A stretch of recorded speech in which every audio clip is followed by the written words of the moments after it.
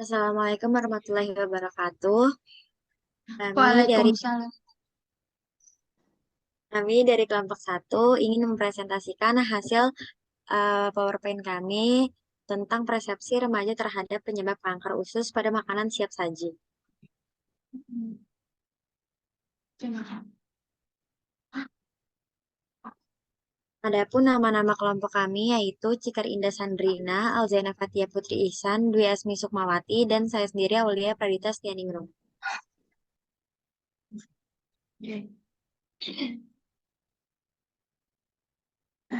Latar belakang. Kanker adalah suatu jenis penyakit berupa pertumbuhan jaringan yang tidak terkendali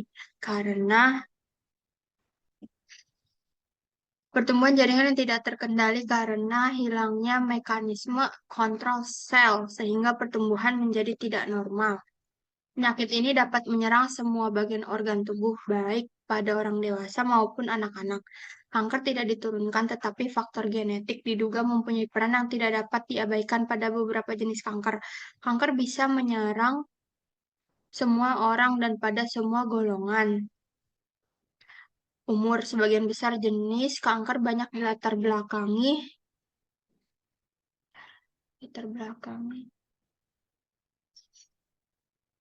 oleh faktor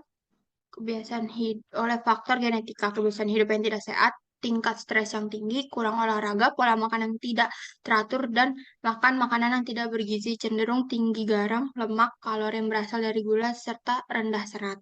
Kanker kolorektal atau dapat disebut juga dengan kanker usus besar merupakan jenis kanker ganas yang terjadi ketika sel-sel abnormal tumbuh pada lapisan usus besar atau kolon atau rektum, bagian usus paling bawah sampai anus. Zat yang menjadi pemicu kanker ialah karsinogen yang memicu terjadinya karsiogenesis pada makanan. Lemak pun bisa menjadi pemicu terjadinya kanker. Lemak berfungsi sebagai bantalan melindungi organ-organ dalam tubuh. Makanan yang mengandung lemak tinggi dan tidak diimbangi dengan kadar serat yang tinggi dicurigai menjadi penyebab kanker kolon. Ada identifikasi masalah. Memberikan pemahaman terhadap remaja tentang pemicu masalah kecil yang dapat menimbulkan kanker usus. Ada rumusan masalah. Berdasarkan uraian latar belakang di atas, maka dapat dirumuskan hasil karya ilmiah ini adalah persepsi remaja terhadap penyebab kanker usus pada makanan. Tujuan penelitian. Ada dua. Yang pertama, untuk mengetahui zat penyebab kanker. Yang kedua, agar para remaja mengurangi tingkat konsumsi siap saji.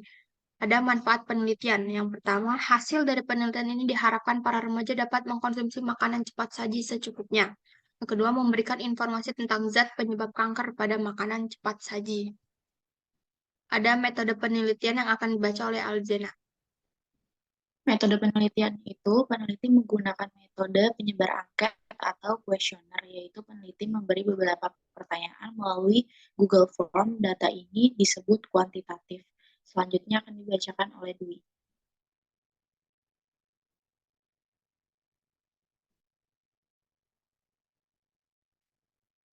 Next.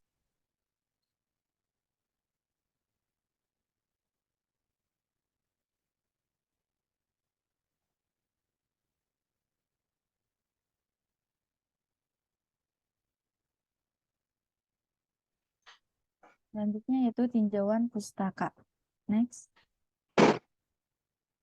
Kanker. Kanker merupakan penyakit atau kelainan pada tubuh sebagai akibat dari sel-sel tubuh yang tumbuh dan berkembang abnormal, di luar batas kewajaran dan sangat liar. Keadaan kanker terjadi jika sel-sel normal berubah dengan pertumbuhan yang sangat cepat, sehingga tidak dapat dikendalikan oleh tubuh dan tidak berbentuk. Kanker dapat terjadi di setiap bagian tubuh. Kanker usus besar ialah kanker atau adanya sebuah massa abnormal yang mengenai usus besar. Usus besar merupakan bagian usus paling akhir dari sebuah sistem pencernaan. Kanker usus besar biasanya mengenai pada orang dewasa. Muncul awalnya sebagai benjolan kecil jinak berupa polip yang dalam berjalan waktu benjolan tersebut bertransformasi menjadi ganas. Kanker usus besar atau kolorektal menepati urutan keempat kanker tersebut di Indonesia menurut The Global Cancer Observatory 2020. Kejadian kanker kolon dipicu oleh faktor genetik dan lingkungan, terutama faktor makanan. Makanan yang rendah serat dan berlemak memicu kejadian kanker kolon. Sebaliknya, jika makanan tinggi serat seperti sayuran dan buah-buahan bisa mengurangi kejadian kanker kolon. Next. Selanjutnya yaitu dampak mengonsumsi makanan siap saji. Yang pertama ada kerusakan organ. Kerusakan organ hati. Mengonsumsi makanan cepat saji secara berlebih tanpa diimbangi dengan berolahraga akan menimbulkan jaringan parut di hati. Hal ini diperkuat dari penelitian yang dilakukan di Lingopi University, di mana kadar enzim hati diketahui meningkat selama sebulan penuh mengonsumsi makanan cepat saji. Yang kedua yaitu mengandung kolesterol cukup tinggi. Makanan cepat saji yang terkategori junk food ada berbagai macam, seperti ayam goreng, kentang goreng, nasi padang, serta hamburger yang disajikan tanpa disertai oleh sayuran dan buah-buahan. Jika hanya melihat kandungan gizi pada makanan cepat saji, maka makanan tersebut sejatinya tidak dapat memenuhi kebutuhan gizi seharian sama sekali. Nutrisi yang banyak terkandung di dalamnya adalah kolesterol yang termasuk ke dalam kolesterol LDL berbahaya. Next.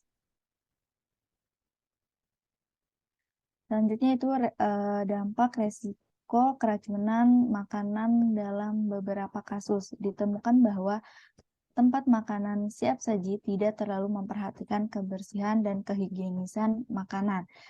Di salah satu negara bahkan pernah ditemukan daging sapi yang mengandung bakteri E. coli.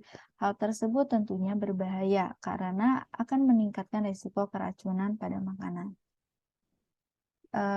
Selanjutnya risiko kanker senyawa karsinogenik yang diketahui dapat menyebabkan kanker tersebut di dalam makanan cepat saji. Senyawa ini dapat muncul apabila minyak yang digunakan untuk menggoreng makanan dipakai secara berkali-kali. Yang terakhir yaitu meningkatkan risiko diabetes. Salah satu dampak negatif makanan cepat saji adalah risiko diabetes yang tinggi. Makanan cepat saji sangat tinggi kandungan gula tambahan dan karbohidrat olahan, sehingga kandungan gula di dalamnya sangat banyak.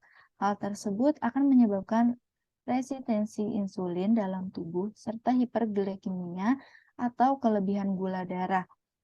Gula dalam darah pun akan tetap berada di aliran darah dalam waktu lama dan bisa menimbulkan penyakit diabetes tipe 2. Selanjutnya akan dibacakan oleh Aulia.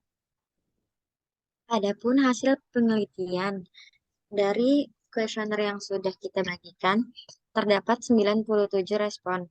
Yang pertama, apakah Anda mengetahui tentang kanker usus? Dari 97 suara didapatkan 67 mengatakan iya dan 30 suara mengatakan tidak. Next. Lalu pertanyaan yang kedua, apakah Anda penyuka makanan siap saji? Didapatkan sebanyak 97 suara, 90 suara mengatakan iya dan 7 suara mengatakan tidak. Untuk pertanyaan berikutnya, seberapa sering mengkonsumsi makanan siap saji didapatkan 97 suara, yaitu 61 suara memilih lebih dari 1-2 kali dalam seminggu, dan 36 memilih kurang dari 2 kali dalam seminggu. Maaf, maksudnya lebih dari 2 kali dalam seminggu.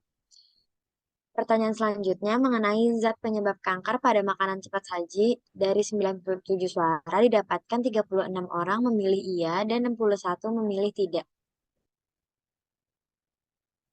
Pertanyaan lain yaitu dampak mengkonsumsi makanan siap saji terhadap penyakit kanker usus didapatkan 97 suara, yaitu 58 memilih cukup tahu, 28 memilih tidak tahu, dan 11 memilih tahu. Pertanyaan terakhir yaitu, sudahkah Anda mengkontrol asupan siap saji pada tubuh Anda? Didapatkan 97 suara, 48 memilih sudah, dan 49 memilih belum. Selanjutnya akan dibacakan oleh Alzena.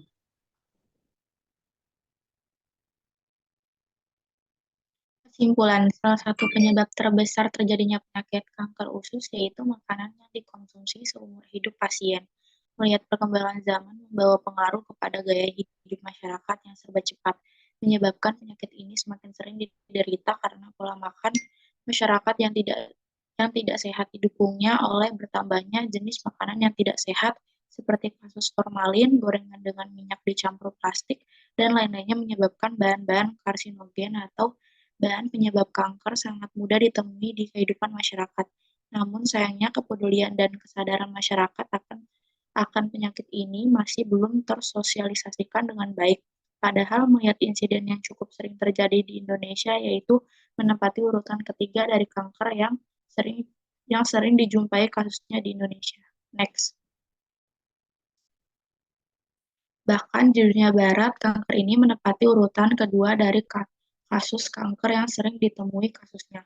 Terlebih lagi di Indonesia terjadi peningkatan yang cukup signifikan ketika didapati ternyata penderita penyakit kanker usus ini relatif tergolong muda, 30-40 tahun.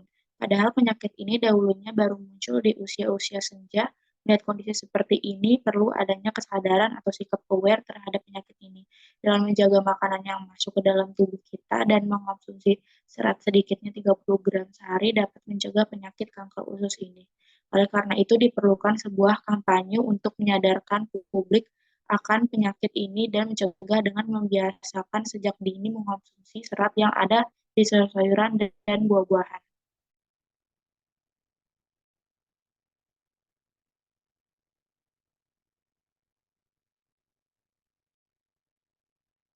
Demikian presentasi yang kami sampaikan, kurang lebihnya mohon maaf. Wassalamualaikum warahmatullahi wabarakatuh.